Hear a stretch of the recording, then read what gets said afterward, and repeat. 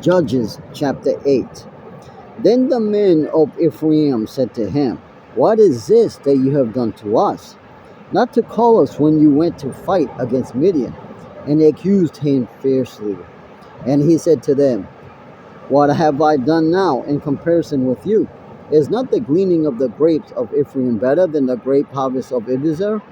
God has given into your hands the princess of Midian, Oreb and Zeb. What have I been able to do in comparison with you?" Then their anger against him subsided when he said this. And Gideon came to the Jordan and crossed over, he and the 300 men who were with him, exhausted, yet pursuing. So he said to the men of Zukah, "Please give loaves of bread to the people who follow me, for they are exhausted. And I am pursuing after Zebath and Zumuna, the kings of Midian." And the officials of Sukkah said, "Are the hands of Zebah and Zalmunna already in your hands, that we have to give bread to your army?" So Gideon said, "Well then, when the Lord has given Zebah and Zalmunna into my hand, I will flail your flesh with the thorns of the wilderness and with briars."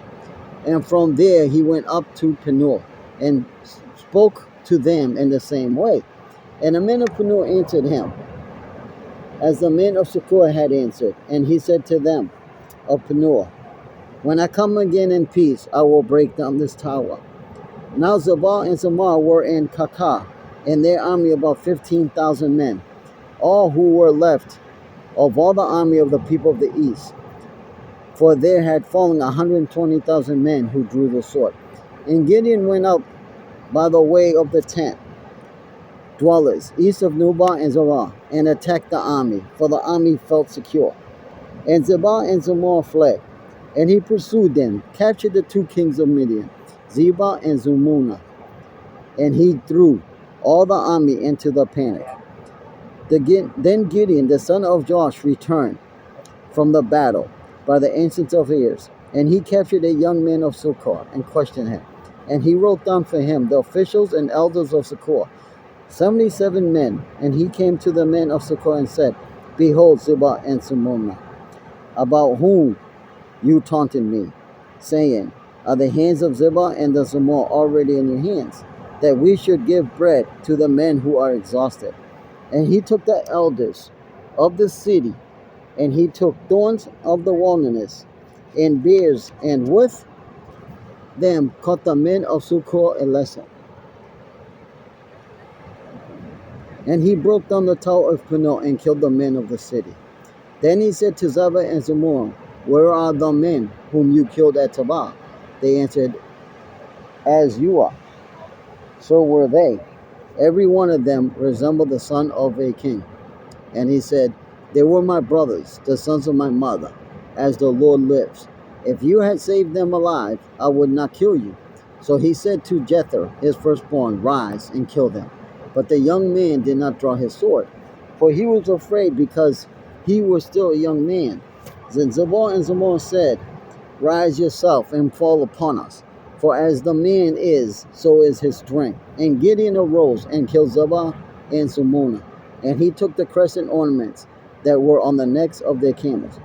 Then the men of Israel said to Gideon, "Rule over us, and your son, and your grandson also, for you have saved us from the hand of Midian."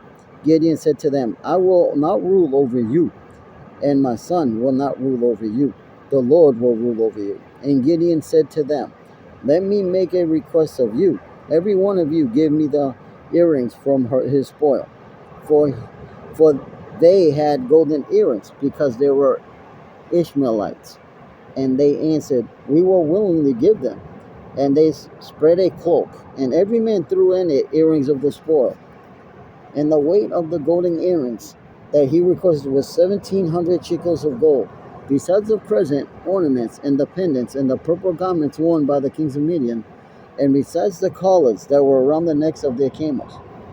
And Gideon made an ephod of it, and put in his city an Oprah, and all Israel whored after and there. And it became a snare to Gideon and to his family. So Midian were subdued before the people of Israel, and they raised their heads no more. And the land had yet rest 40 years in the days of Gideon.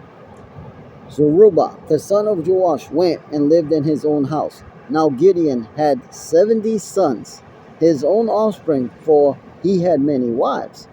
And his concubine, who was in Sychar, also bore him a son, and he called his name Abimelech. And Gideon, the son of Joash, died in a good old age, and was buried in the tomb of Joash his father, at Ophrah of the Bezriah. As soon as Gideon died, the people of Israel turned again and whored after the Baals, and made Baal-berith their god. And the people of Israel did not remember the Lord their God, who had delivered them from the hand of all their enemies on every side.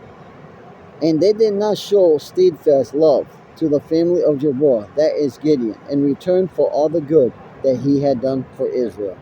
Judges chapter 8.